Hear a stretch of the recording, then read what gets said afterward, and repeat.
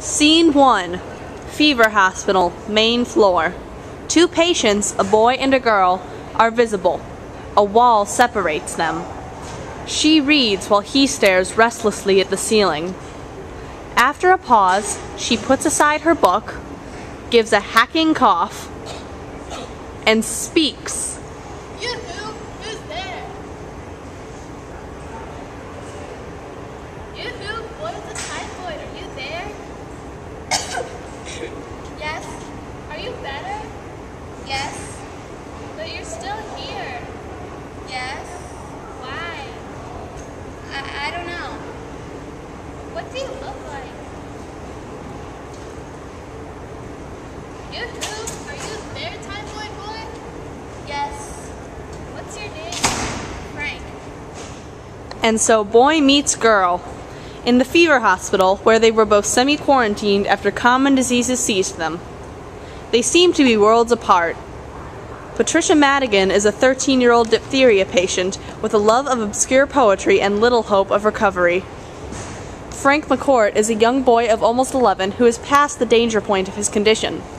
Placed in adjacent rooms, the two strike up a friendship that consists mostly of Patricia talking and Frank listening avidly. Scene 2. Fever Hospital. 1 week later. Patricia has begun reading poetry aloud to Frank. Though the nuns who run the hospital forbid them from talking, Frank and Patricia carry on their friendship in secret with the help of the kindly, illiterate janitor Seamus. They dance by the light of the moon. The moon, they dance by the light of the moon. It doesn't make any sense. Of course it does. It's just a nice story. A nice story that doesn't make any sense. Well, if that's what you think, that's the last poem I'll ever read to you. You're always reciting Shakespeare, and that doesn't make any sense either.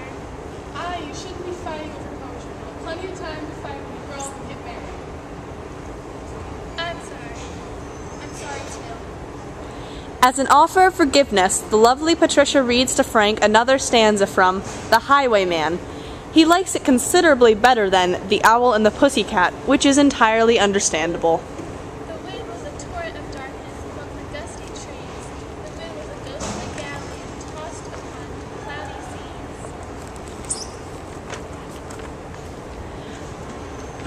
Patricia and Frank continue their relationship of back-and-forth poetry readings until one day, when the nurse, a formidable woman who is in charge of the fever hospital, catches the two young friends.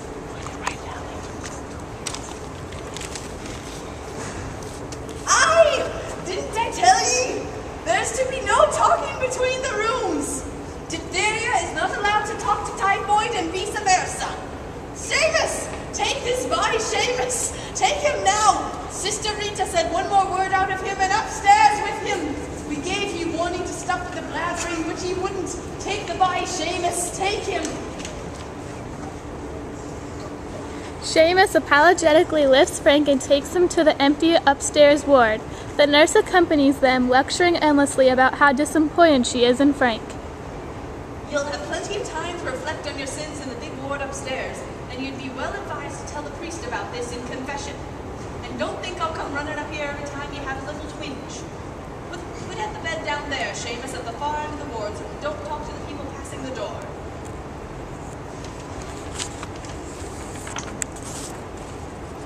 Tease up a bit. Have a good sleep for yourself now that you're away from the shadow of Patricia Madigan below, who will never know with gray hair.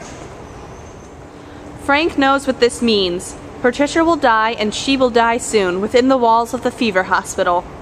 Frank wants to cry, but he won't do it in front of the nurse who hates Patricia's poem. Scene 3. Patricia dies 2 days later. Seamus tells Frank while he mops the upstairs ward. 'Tis a terrible thing to die in a laboratory when you're lovely in yourself. She told me she was sorry she had you reciting that poem and getting you shifted up to this room, Frankie. Said it was all her fault. It wasn't. I know, I told her. Do you know how the poem ends? The one she read to me? No, I don't know much poetry, especially English poetry. Still, I'll ask the men down at the pub and see if any of them have heard it. I'll get the poem and bring it back to you in my head. 3 days later.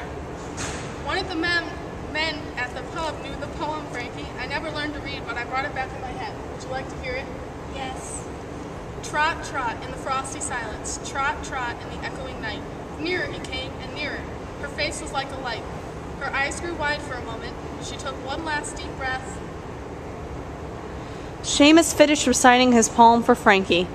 When he is done, there is silence, and the two share a moment of mutual mourning for the girl who would never know a gray hair.